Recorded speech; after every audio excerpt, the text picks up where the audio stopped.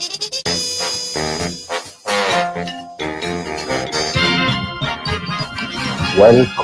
to your channel.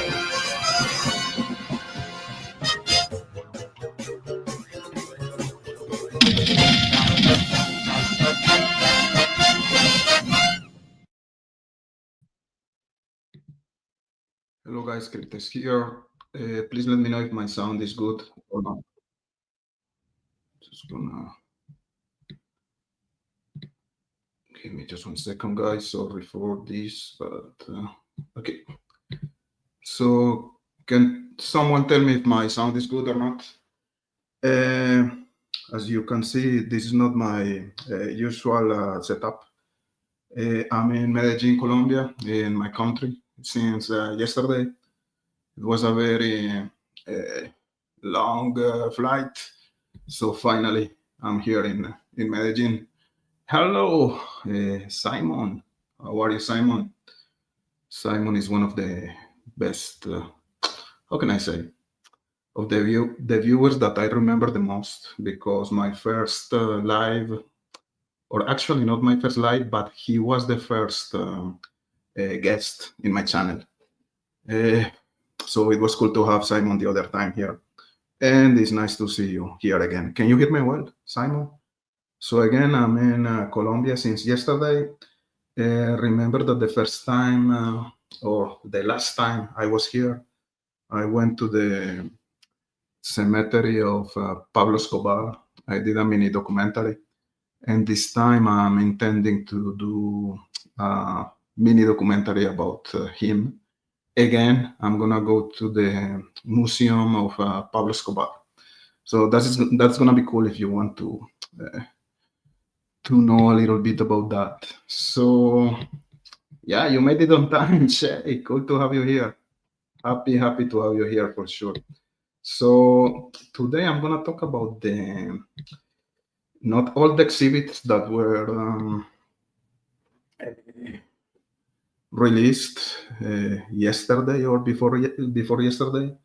We have a lot of material to talk about, but I want to talk about this picture. It was kind of disturbing when I saw this picture. Actually, I was like surfing in the streets of X, and I saw the post by All Eyes on Delphi. I saw this picture and I was, holy shit, I was really like in shock. So I really want to talk about this. I want to see what do you think about it.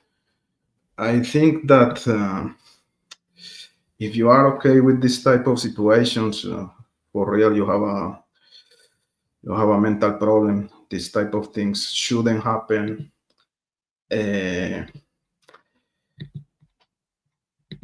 Simon, I think so. We're gonna talk about the date. I think it was like in probably in May 2023. We're gonna pass through an article when we can see the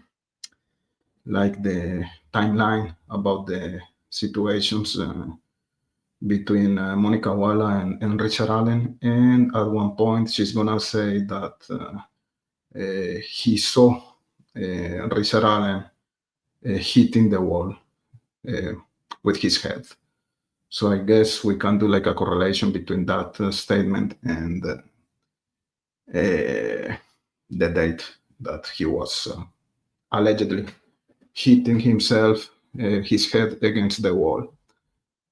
So we're gonna talk about that. Jesse Martinez, that is abuse, horrible torture.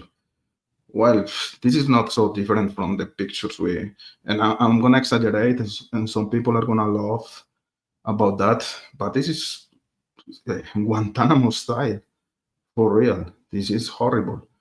I don't know if he was physically being tortured by other people. Let's talk about that.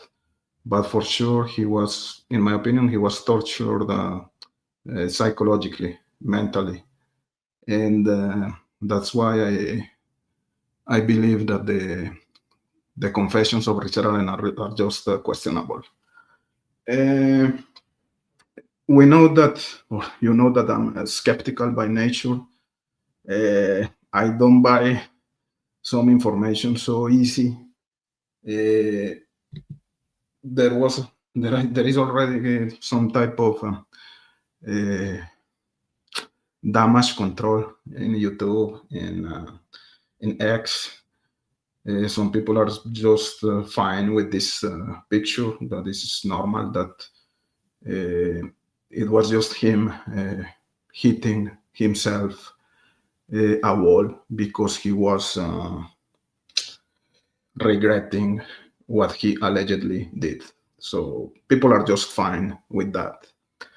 I think that one of the main reasons the state provided to say that it was fine to transfer Richard Allen, someone that was not being convicted at the time, to the Westville correctional facility, was because the whole safekeeping situation, because he would be under good conditions in terms of mental care.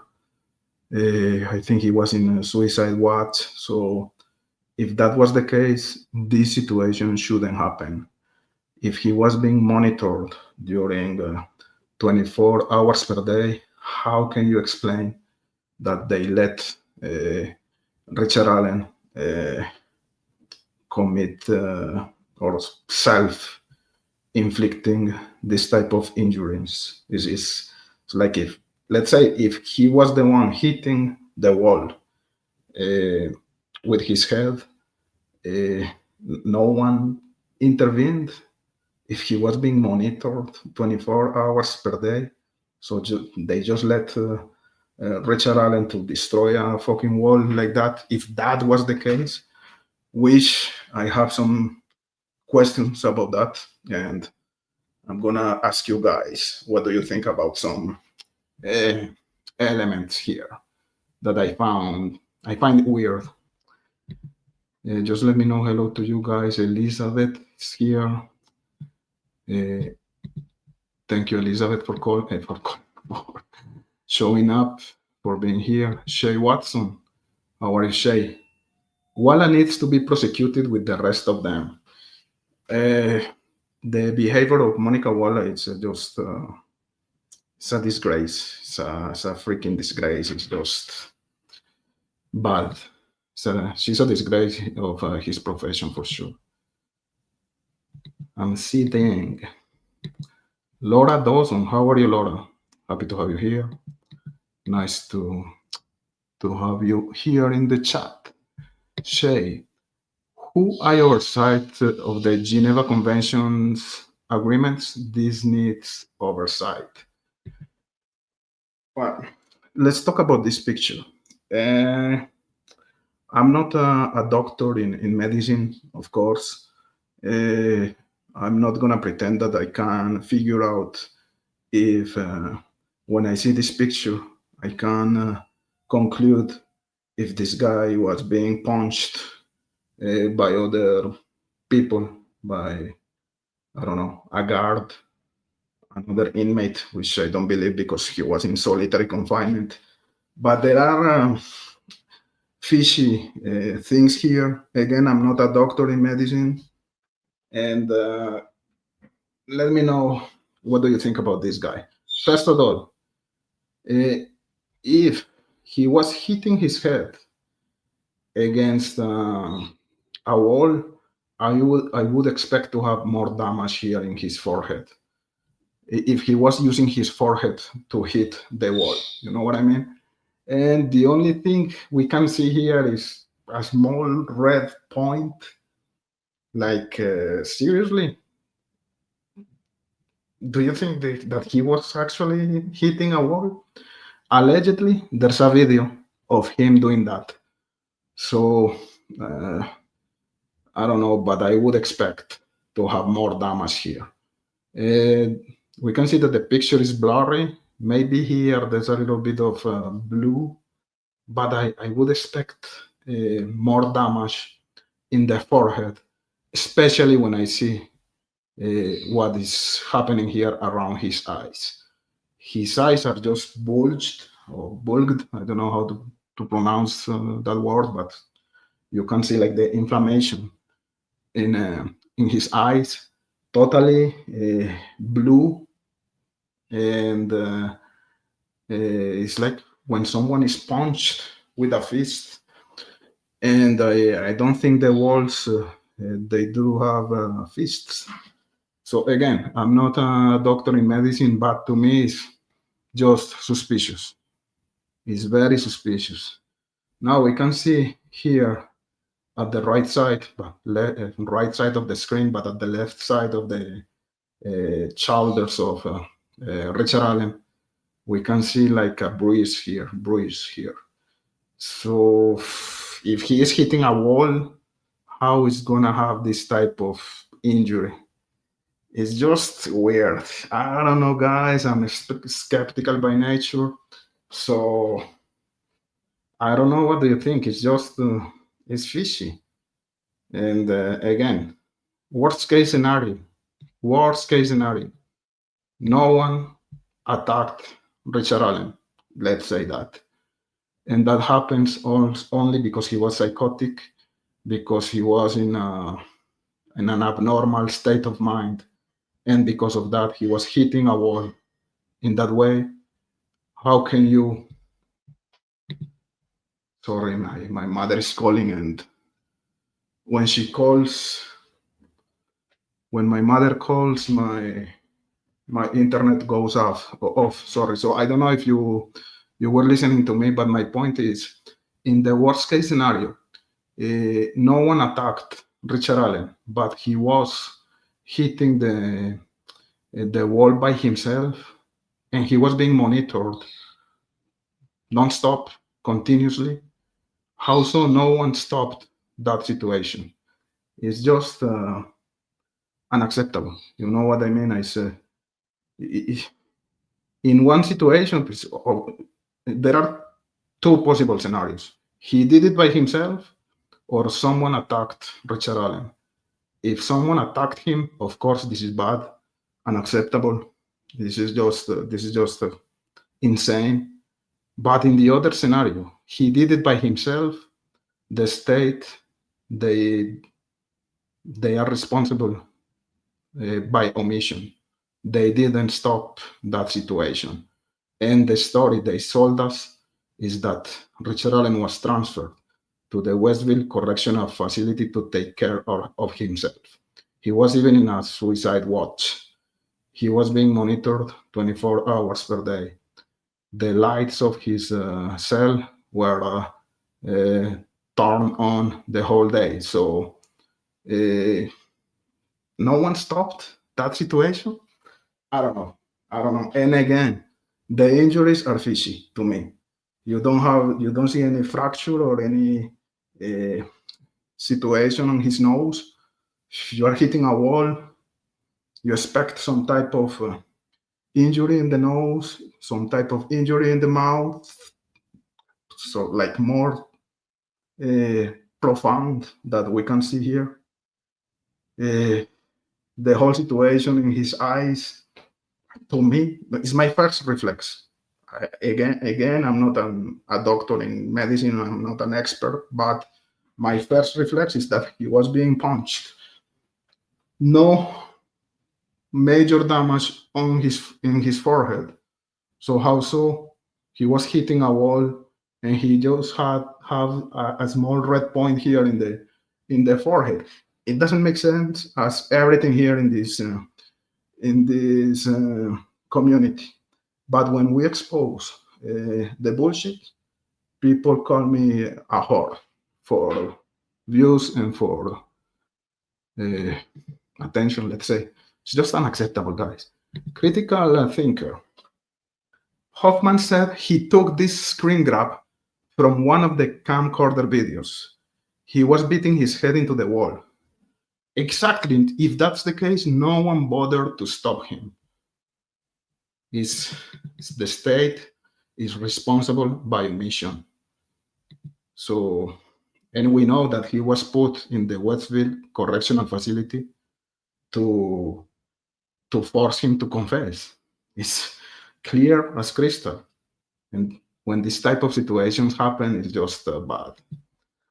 I saw this last night and immediately became enraged. Yeah, and why are we watching at this material just today and not before? Why was this sealed?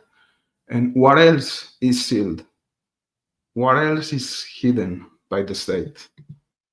It's just bad, for real. Laura Dawson, I'm so thankful there are people with common sense who are advocating for Richard Allen. I'm just trying to understand the situation. I'm just trying to see what is behind this whole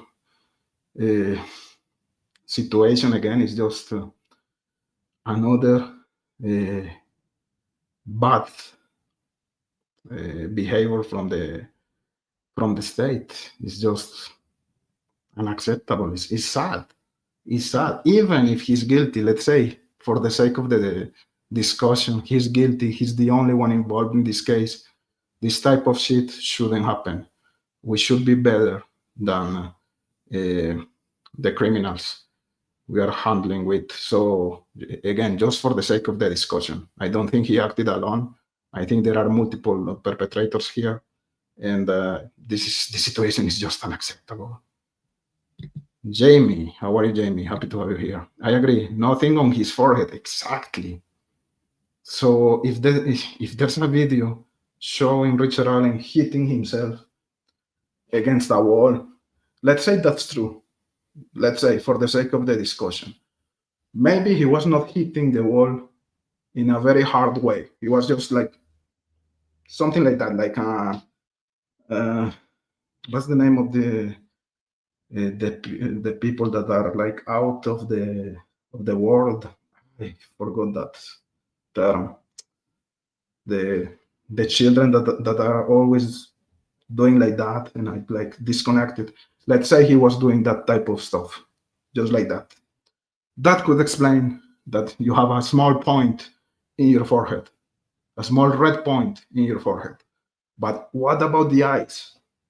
Maybe after the video was finished, someone entered there and told him, hey, stop doing that. And some fight, some attack happened. And that's why he has the eyes like that. I'm launching, I'm throwing some hypotheses here because it doesn't make sense at all. I don't know if it does add up for you guys, but for me, it doesn't add up. It's just, I don't understand. If there's some doctor in medicine here and you can help us understanding this situation, you are welcome to call, but it's just, to me, the damage in his forehead and what we see in his eyes are two total different things and maybe two separated events. I don't know. That's what I think too, Cryptex. His nose too, exactly. No major damage on his nose. No major damage. So I don't get it. Critical thinker. Looks like his mouth is bruised too. A little bit. It's not very bruised, but no, you're right. There's something here. Again, to me, how can you have damage on your mouth and not to have damage in your nose while hitting a wall? Doesn't make sense. Why is your forehead in a good condition for this type of injury? I don't get it. Shay Watson, nothing can make things right for this man and his family. The outcome of this process is questionable because of this type of situation, and it's like a continuum of never-ending elements like that. Every single day we learn something like that, and I didn't even pass through the new transcripts. Now that I'm on vacations, I'm gonna have some time to do it because for sure there's a lot of bullshit there. But this one image talks for 10,000 words. we have an image here. I wish we could have the video because it doesn't add up. Shay, imagine what goes through his mind. He cannot possibly understand. I couldn't. No one could. When you are in solitary confinement, your mind is gonna be out of your body like in a couple of days. It's not normal. Exactly. They put him here for his safekeeping. And we're going to play a video about safekeeping because there's a lot of stuff to talk about that. But help me understand this, guys. I want to have a different opinion in the chat just to challenge my first reflex here. Maybe I'm wrong. I want to, and if there's a doctor in medicine, it's going to help us. If you are a doctor in the chat or a psychologist in the chat. Ah, man. Shay Watson, running into the wall was just the reason they gave for this. It doesn't make sense. If you run into a wall, you're not going to have this type of injuries.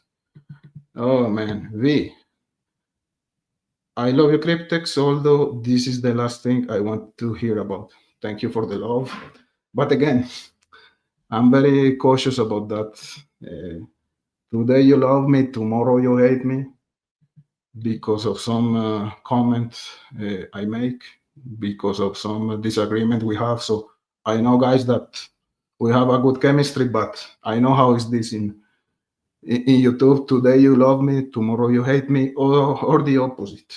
But I try to just to express my ideas here, and this bullshit is nonsense to me. Critical thinker, still because it makes them look bad. Exactly. Yes, 100%. I cannot imagine what else has been hidden. Yeah, what is still under the ground is bad. Free Ricky Bay. Yeah, so we have a troll. If he's guilty, no, sorry, my mistake. El Hausa, if he is guilty, are you all still going to be bleeding? No, yeah, it's a troll. But that's a question, a fair question, let's say, even if it's kind of trolling. I don't think people are that stupid. I don't believe that there are child killer supporters at all. Not even the mother of a child killer is going to support him in that situation.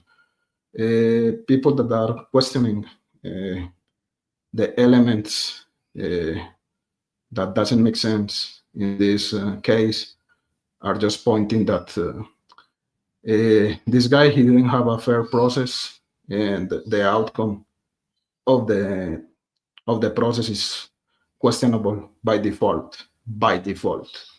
So no one is that out of their minds to support a child killer.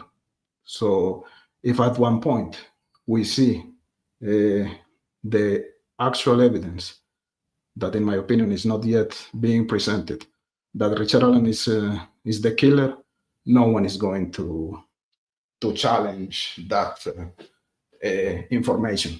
But so far, there are a lot of reasonable doubt. So I want to turn the question for you.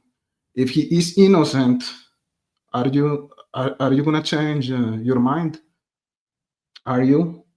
Let's say if there's an appealing process and he is the result is, let's say he's not guilty or he's innocent, are you going to change your mind? Because the question goes both sides, you know what I mean? But anyways, we are here to discuss. Hey, Watson. Okay, 3. All could be true. Beating and self-inflicted due to psychosis. Yeah, I think that's what I'm trying to go to understand that situation. Again, to me, maybe he was beating the wall, hitting the wall, not in a very violent way. Why do I say that? Because the injuries in the forehead are minimal. He doesn't have almost anything here, just a red point in his forehead. The people watching that situation through cam recorder, they were fine with that. But at one point, hey, we have to go. We have to stop that guy acting like crazy. And if they entered into his jail, maybe something happened there, and they attacked him. That's why he has that injuries in his eyes, in my opinion. I don't know. Critical thinker. Holman's statement is in the newly released documents. Yeah, I have to read that. Why did he have safekeepers if they were not keeping him safe? Because safekeeping is bullshit. They don't have the tools to maintain a guy like that safe, or they have the tools but they don't care. They wanted to have you there until under those extreme conditions to obtain a confession. It's clear as crystal. It's clear. We know that. We don't have to be a doctor in psychology to understand that for sure. Shay Watson, because this happened before he went to trial. This could one day be you. Due process has exactly, that's what I was saying. Due process. He didn't have a due process here. Laura, two black eyes, raccoon eyes, a couple of days later. This occurs when blood from the head trauma leaks into the soft tissue around the eyes. Yeah, but I would expect a major damage or a major injury in the forehead, if that's the case. If you hit a wall in a very soft way, your eyes are not going to become like that in a couple of days. You really have to hit a wall like violently. That I could buy that, but the injury we see in his forehead is not consistent with the bulging of we can see in his eyes. Or maybe they beat him before the exactly. That's a very good point. If he was beat by the incarceration officers, let's say, and because of that, he was hitting the wall in a soft way, that could be a very good explanation. It's another hypothesis. I wouldn't discard it at all. Veronica, Eshe, saying hello to Veronica. V, because a so-called civilized country shouldn't sanction torture of anyone. ISP pretrial detainees. Yeah.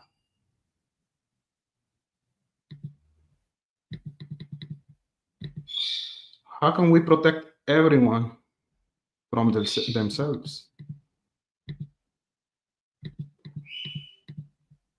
Having a good law enforcement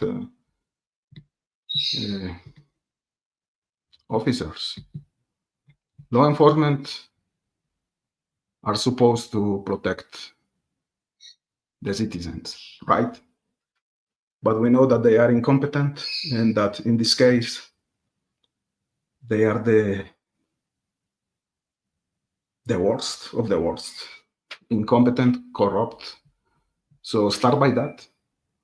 They are the ones who are supposed to protect us. They are being paid for that. It's his job. It's their job.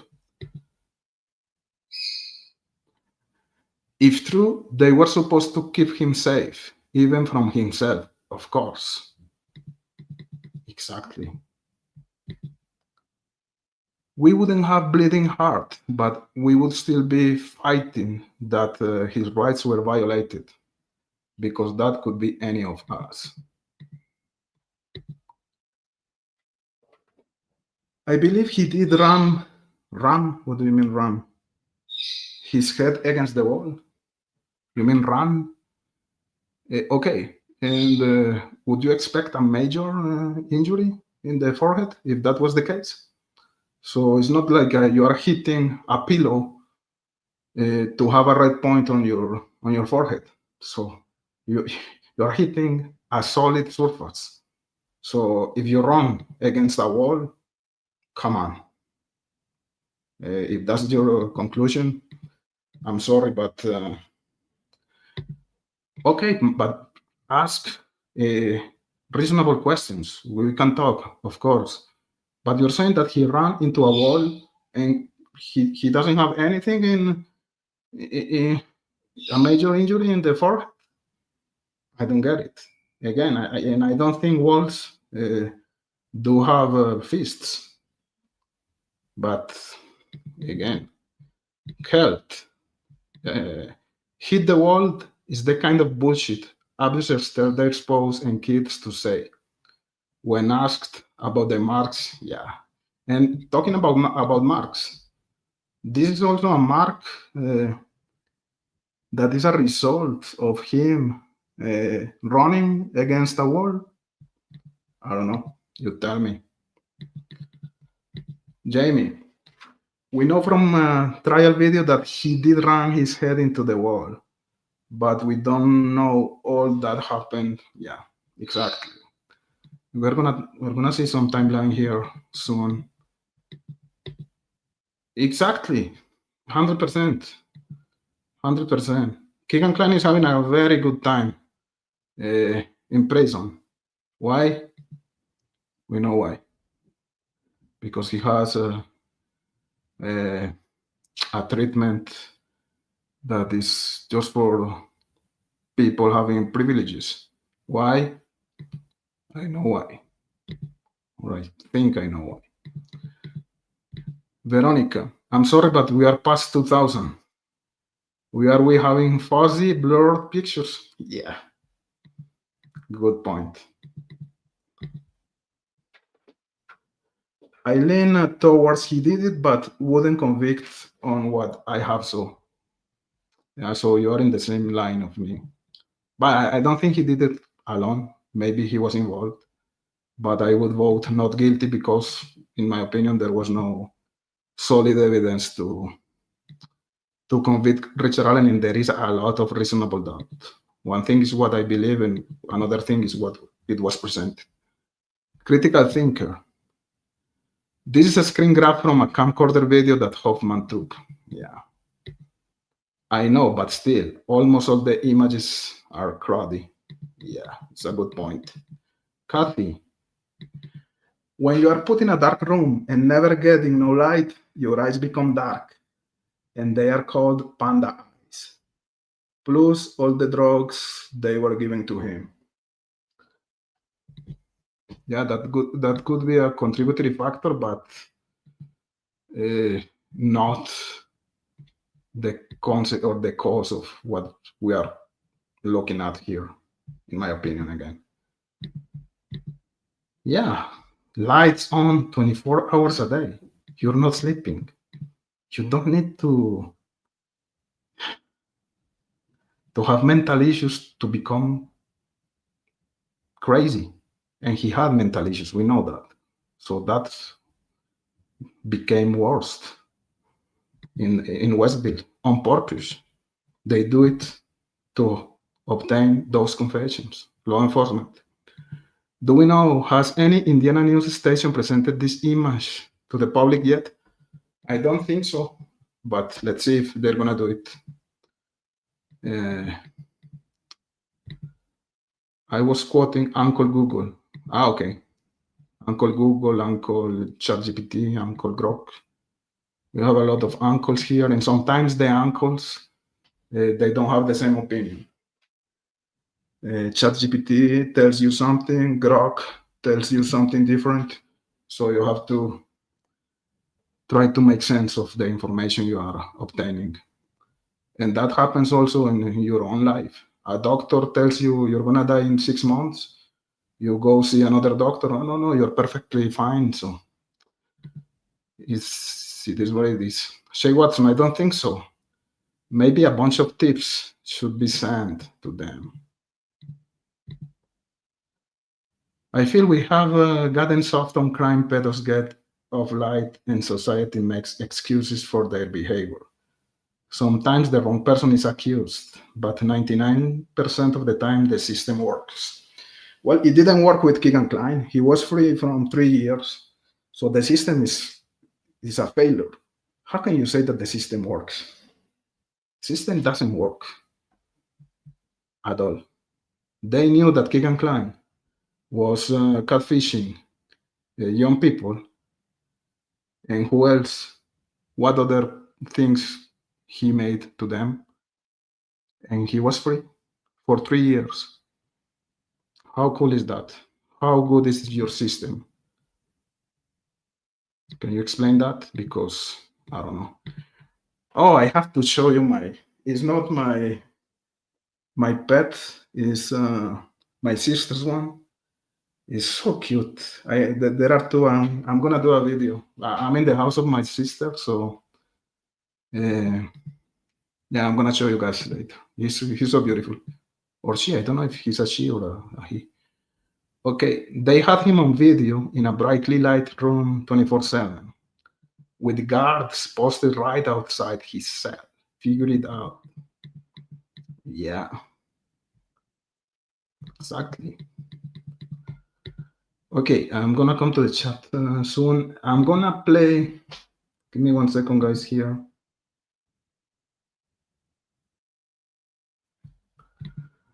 I'm gonna play a video related to the safekeeping and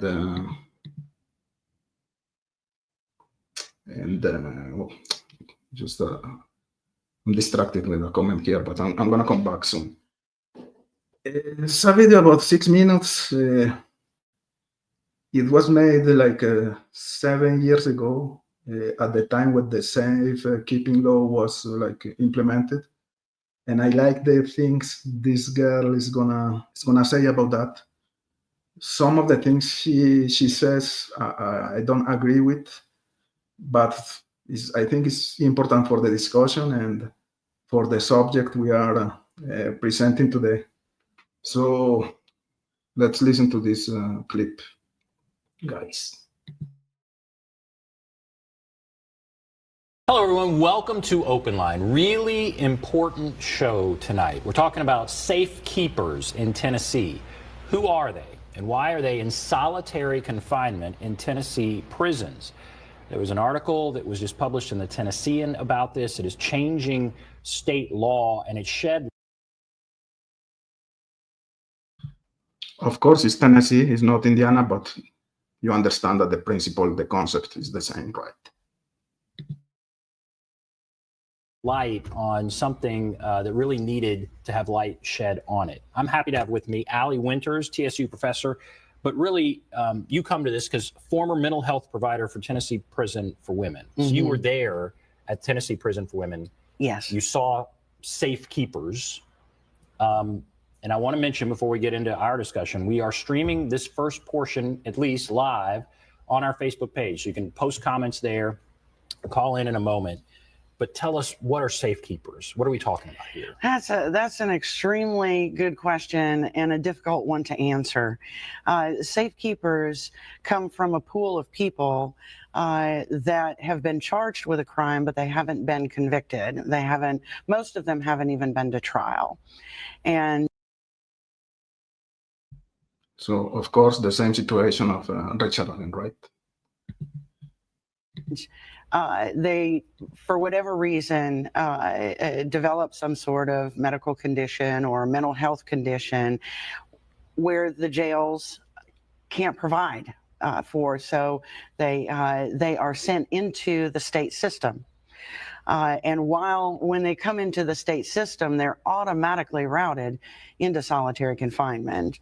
And if you know the criminal justice system at all, you understand that when people are awaiting trial, if they're pretrial detainees, they can't afford bail. So these are the safekeepers, and they have to stay detained until their trial, which can be months, if not years.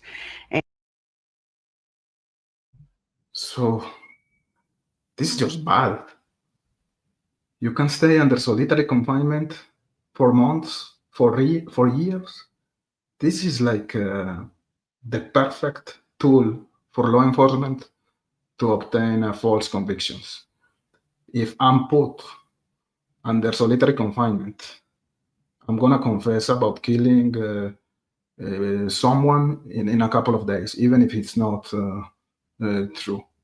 It's just a situation where law enforcement is gonna take advantage of to obtain whatever they need, because the people are gonna become vulnerable under that situation. They're gonna be isolated from their families, from their lawyers. They're gonna become crazy. If they are not crazy already, the situation is gonna be worse. So it's just bad. And safekeepers are folks who are in the state prison system in solitary confinement and often have to stay there for months, if not years, in solitary confinement awaiting trial. What we're talking about are mentally ill people. Mm-hmm. In some cases, we're talking about juveniles, Yeah. right? We're talking about kids that are sent to a state prison. And then once they're at the state prison, they're put in solitary confinement. Yes. You saw this firsthand at Tennessee Prison for Women. The prisons where all of those from the jails come, they're in Nashville. River Bend is one. Tennessee Prison for Women is one. And DeBerry. So they're all here in Nashville. What did you see?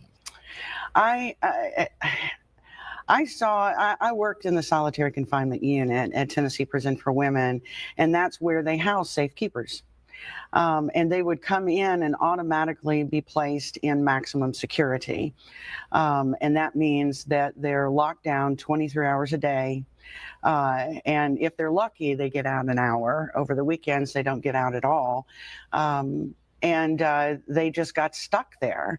They mostly had either a mental health condition or a medical condition that required some treatment that their county jail couldn't provide. But once that was done, well, I mean, I had multiple patients who were pregnant. Well, that's not a permanent condition, right? I mean, at some point you're no longer going to be pregnant. But what happened was they would, this issue, whatever brought them into safekeeping would resolve. And let's just use pregnancy as an example. They would give birth, and that wouldn't mean that they would then go back to their counties. They got stuck in the prison in solitary confinement. And you've got to understand, a lot of these women in safekeeping were from a long way away. They may have been from Johnson City or Bristol, which is several hours drive away. And so that's where their baby went. When they gave birth, their baby would go there. That's where their primary sources of social support are. And I People really can't have drive that far often to visit. So they're just alone. They're there by themselves, and they can't work, so they can't earn any money for hygiene products or anything like that. They can't earn money for. Here she's talking about the hygiene, and we know the condition of the hygienic condition of Richard Allen. I think he was allowed to take the shower like two days per week. What the fuck is that for real? Come on. It makes me mad. Regardless of if he's innocent or guilty, it's not the way to treat a human being. Stamps or for phone calls. And when you're awaiting trial, you got to think about the idea of how to mount a proper defense too. You're not just all of those miles away from your family and your loved ones, but you're also that far away from your defense attorney. Everything she's talking about is applicable to the situation of Richard Allen. Far away from his family, isolated, far away from his lawyers. It's like we are talking about the same case. It's really applicable to our case here, guys. to me highlights so many issues. We can begin to walk through them. Yeah. One issue is that many county jails aren't equipped. So they're not equipped to handle certain situations. So let's take, well, I guess pregnancy is certainly one, but let's take mental illness. Right. Someone comes in, they're mentally ill. They have not been convicted of a crime at all. They've been charged with a crime. They've messed up. They've whatever. They've been arrested. Whatever. They have not been convicted. They're awaiting trial, and they have some mental problems. The county jail says we can't handle this person, and so they're sent to a prison. They're sent to the state, and the state policy is to immediately put them in solitary confinement. Right. Yeah. And so this just sheds light on so many problems. Lack of mental illness support in these local jails is right. Yeah, you bring up, I want to be very clear that the Safekeeper law is actually a good thing, because the Safekeeper law recognizes that people in jail have needs. And if the jail can't provide what is necessary for this particular person, then this law helps them get what they need. But it's in the process of getting them what they need where it breaks down. Because once they enter the state system, first of all, they may not be getting what they need. They may not be getting the mental health care or the health care that they need. And then you add on to that. Or they put a questionable psychologist to take care of him. So, yeah, great. This idea of placing them in solitary confinement, which comes with its own list of mental health and health-related consequences. It can be extremely psychologically damaging, just basically putting somebody in solitary confinement. So you're making the problem worse. Exactly. You are making the problem worse, but you are making the problem better for your motivations. So the state, that's the perfect situation for the state to get the conviction they need. It's the perfect situation for them. By trying to treat it, so it doesn't make any sense the way the system is set up, especially when you're talking about people who haven't even been convicted of a crime. These are innocent citizens of Tennessee. Yet they are placed in maximum security, in solitary confinement. They are psychologically damaged by that environment. And I gotta say this, they're handcuffed and shackled every time they leave their cell. And you're thinking to yourself, these people haven't even been convicted of a crime, but they're being treated like they're extremely dangerous. Again, the same situation of Richard Allen. This is the perfect example. The same situation. And it just was not making sense to me at all. One of the things I found interesting in reading the article that I read that was so good was, you said, in many cases, people are acting with the best of intentions. There was a judge who said, I had no idea they were put in solitary confinement. I just realized this person needed some additional help that the county jail couldn't provide. I just wanted to get him some help. So do you think that is the case, that in many cases, sure, a small county, they can't deal with somebody? Yeah, in this case, when the attorneys of Richard Allen requested to move him to another correctional facility or to a jail or something like that, Gall denied that request, and she was aware of the way Richard Allen self-inflicted those type of injuries. So she knew that he wasn't being well protected in that facility, but regardless, she denied the request of moving Richard Allen to another facility. Bad again. Who maybe has severe mental illness. Maybe they can't deal with somebody who's pregnant. There's things they can't deal with. So they send them to the state, and they're hoping they're going to get some more help. And what you saw, you said was heartbreaking. Yes, it was heartbreaking. That's a good word for it. There is very good intention on the front end, where people are recognizing, hey, this person needs some help. They have a mental illness or a medical condition we cannot treat. And the judge is hearing, from the sheriff's office or the local jail, and they're presenting their argument for this. And this, it's a good thing on the front end. It's just the minute they pass through the threshold of the Department of Correction, they fall under this policy that drives them into an environment that is extremely unhealthy. So first of all, how many people are we talking about? What are the numbers associated with this? Obviously there are more men than women. And I believe that the article had identified somewhere between 70 and 80 safekeepers. And I believe that was in the last year, right? That was in the last year. There's several hundred over the last, this says from 2011 to 2017, 320 people. Were declared safe keepers. Right. That's the people who pass through the system, as a safekeeper. So it's not an extremely large group, but I think that it's a group that highlights the disconnect between what people need and what the system is providing for them. So I think it's clear that the system is a failure. It's a total failure. I think it's clear that Richard Allen didn't have the due process.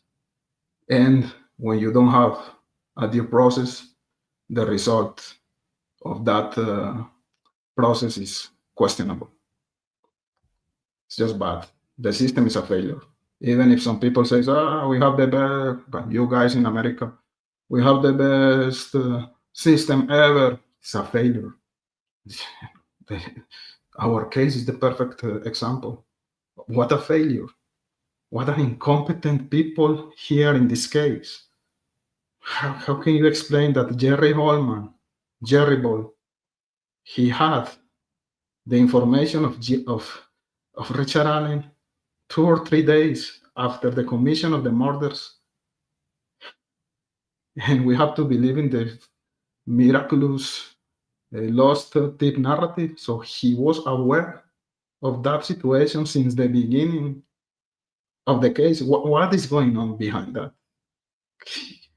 Everything's fishy. Everything's weird. Something's wrong here. That's why people are pissed.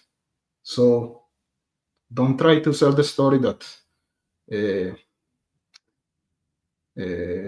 the situation here is correct, the outcome is correct. He's the only one being involved. He's the killer, because there are a lot of unanswered questions, a lot of reasonable doubt. People is pissed when there is not transparency. And you're paying there in the United States to those law enforcement agents to provide transparency, right? So they're stealing your money.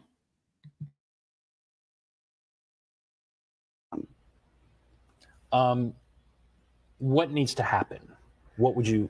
There's been a bill that's been moving forward in the legislature. Yeah, it's really exciting. So are you satisfied with that? Is that just the beginning? What do you think needs to happen? I think it's a good place to start. I've been working as an actor. Page, the News Channel 5 Facebook page. And if you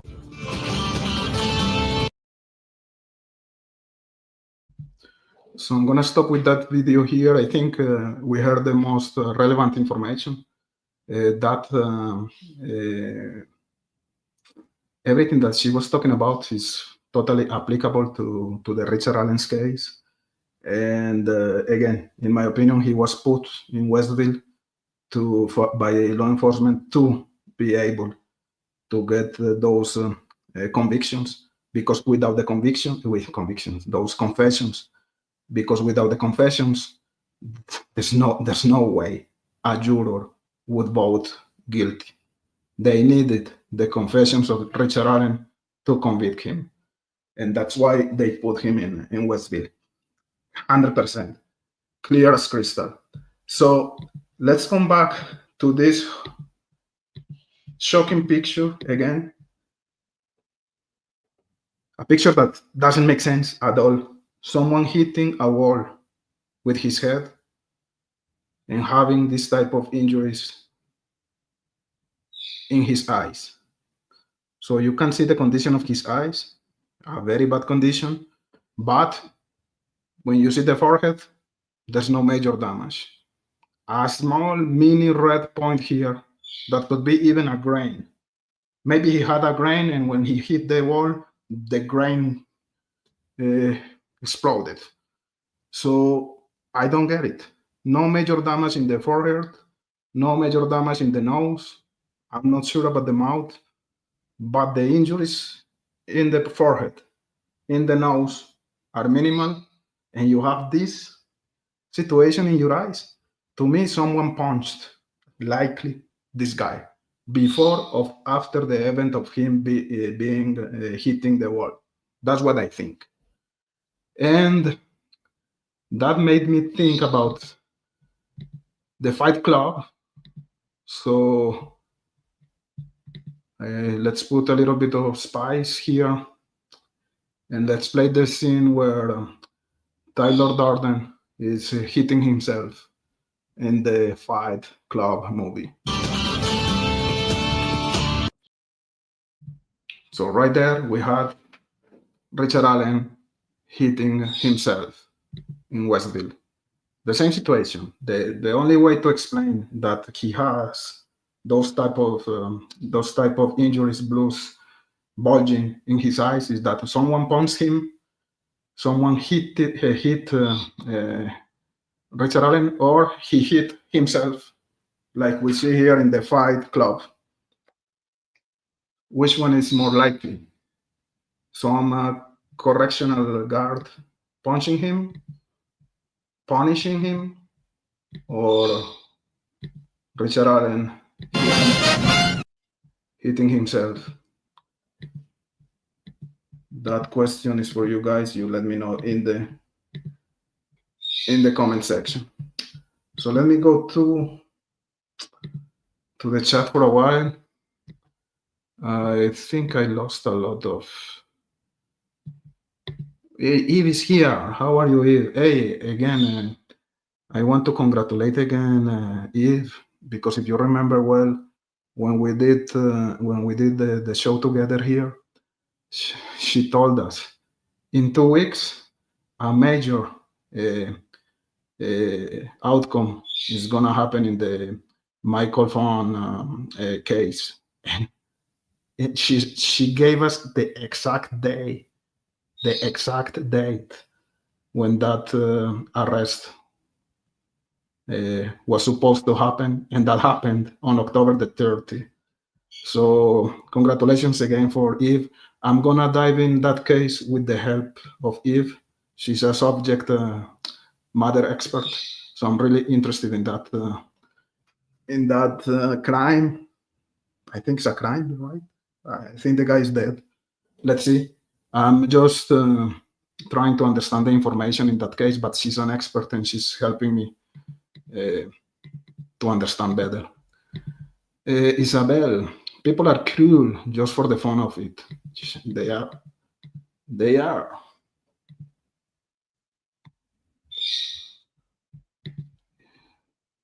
He was beaten, in my opinion. They wanted the confessions and ultimately a guilty. Yeah, I agree with you 100%. 100%. Either way, it's bad, and the state is to blame 100%.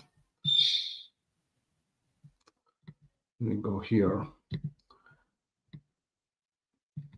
Say Watson. For all those who say, well, he confessed, should remember he never pled guilty. Thank you for that observation. So I'm gonna go to a little timeline here. because I was interested in the dates. He was allegedly hitting the wall himself. I don't know if you can see my screen here. This is an article for the Journal and Courier. So, okay. Let's talk about Monica Walla. Give me just 1 second, guys. I'm scrolling down because I want to see the timeline of the events here.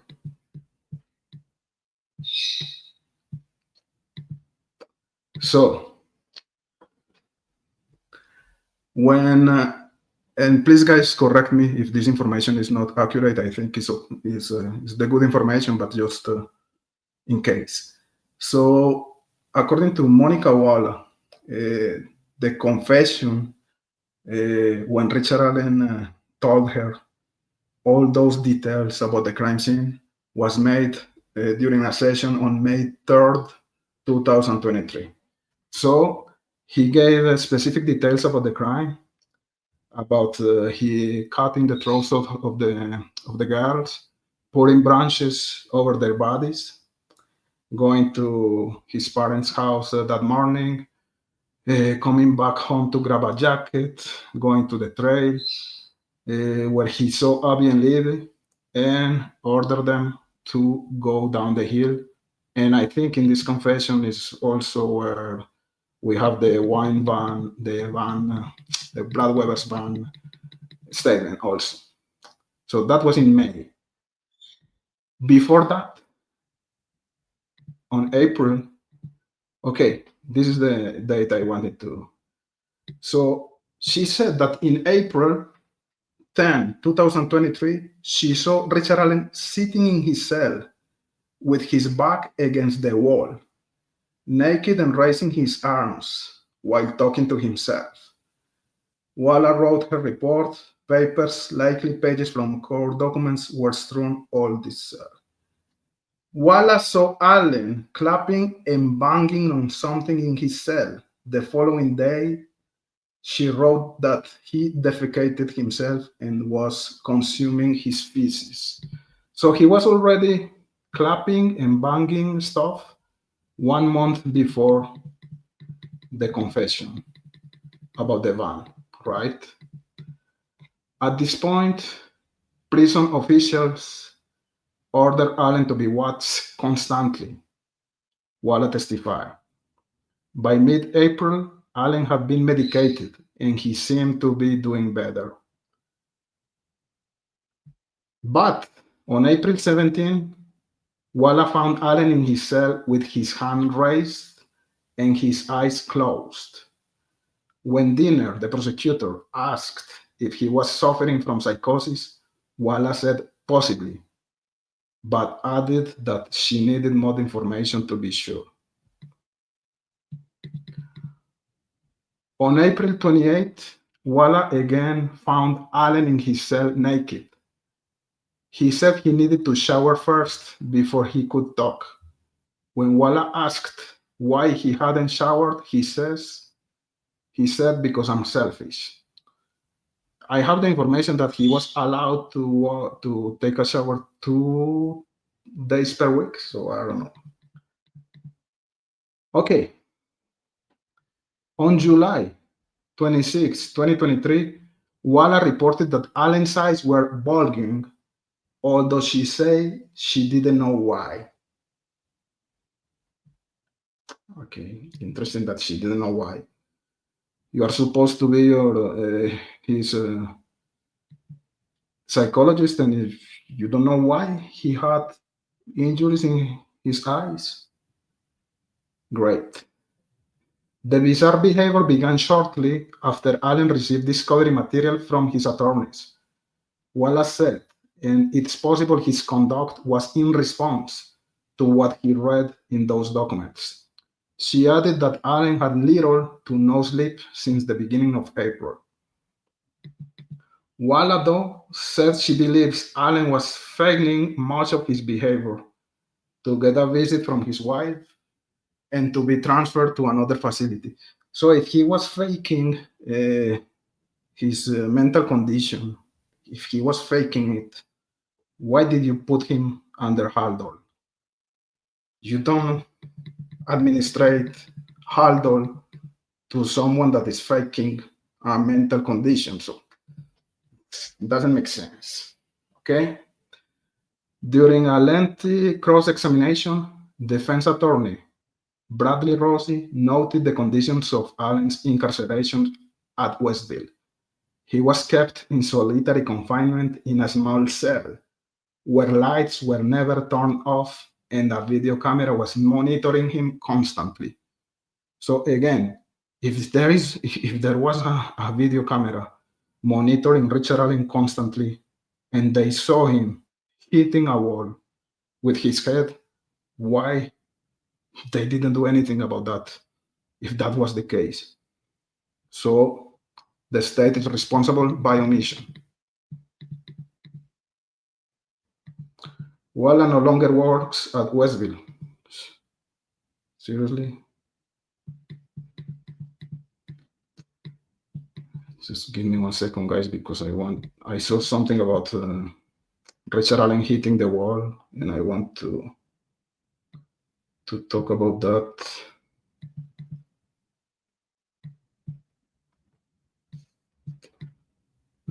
Give me 1 second, guys.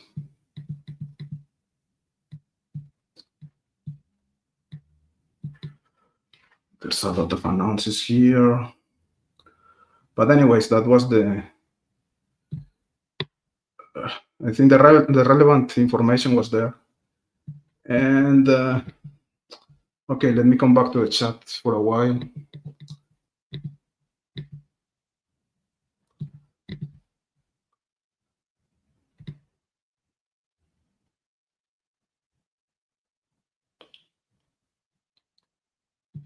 Actually, I think I'm gonna do like a part 2.